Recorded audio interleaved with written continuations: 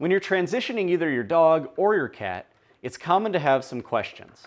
You can always reach out to us, but let's cover some of the questions we get asked often.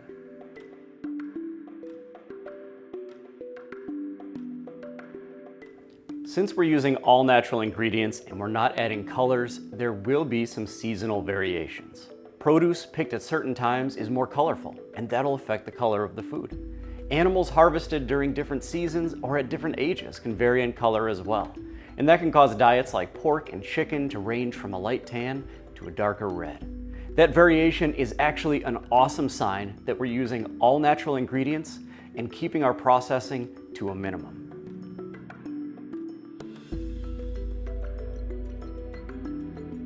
Kibble is very dry and needs to be rehydrated in order to be digested. It also often has extra salt added to it to make it tastier and encourage pets to drink more water. When your dog or cat eats fresh, raw food, their body rehydrates naturally through the food, just like it's supposed to. So they may drink significantly less water from the bowl. This is a good sign and means their body is getting what it needs.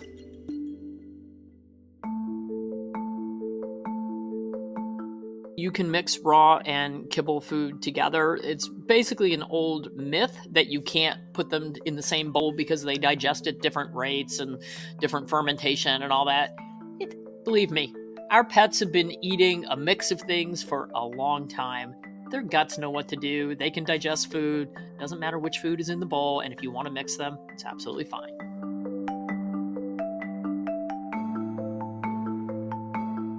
Your dog or cat will be able to digest a lot more of the food.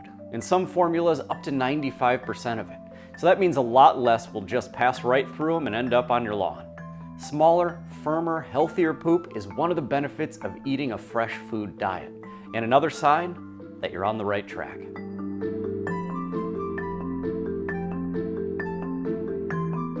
Grains are not required in the diet of dogs or cats. Dogs and cats have zero requirement for carbohydrates in their diet.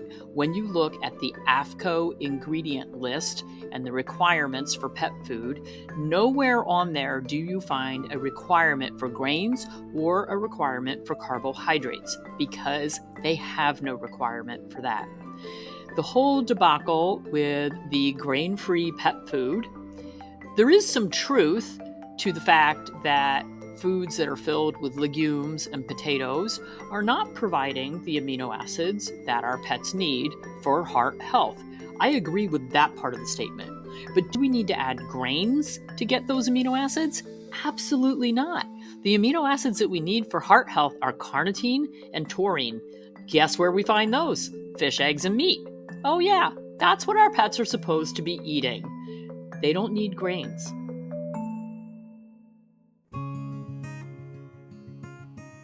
If you went from eating dry, unhealthy food to something that made your taste buds sing and your body feel great, you'd be excited about mealtimes too.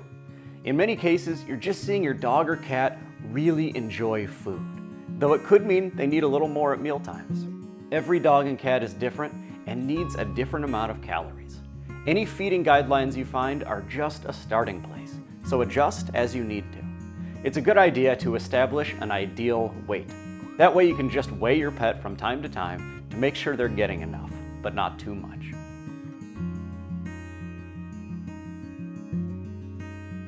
In addition to real, fresh food like Steve's Real Food, there are some fantastic extras you can add to their meals in order to spice up their life and add some excitement to each day, or even some great health benefits. My two favorite additions that I love to add to my pet's bowl are fresh eggs straight out of our chickens, because I know that they are organic. They haven't been treated with anything. They haven't been given any chemicals.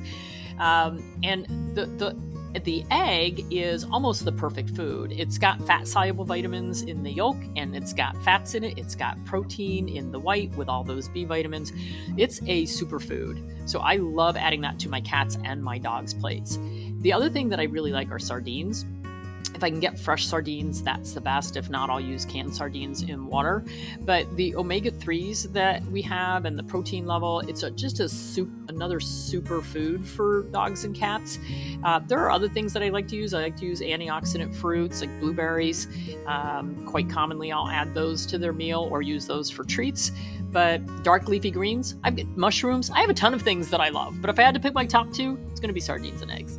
I want to encourage people to say, maybe a couple times a week, I'm going to really throw something new in there. And it could be things at home as well, such as blueberries or a little broccoli, but just having those new scents and those new taste components, it's going to build a bond between you and your dog and make feeding closer and closer to what they had in the wild, where they had to assess and evaluate exactly what they needed to eat.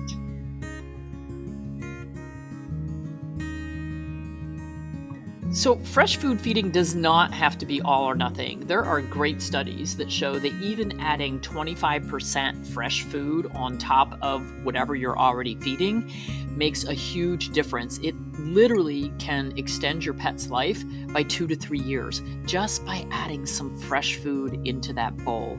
So if you can't go with totally fresh food feeding, at least get some fresh things in there. Those toppers that I talk about a lot, sardines, eggs, dark leafy greens, mushrooms, berries, great antioxidants. Those are the kind of things that when added to the bowl are going to make a huge difference in your pet's health. So if that's where you start, that's a great starting place.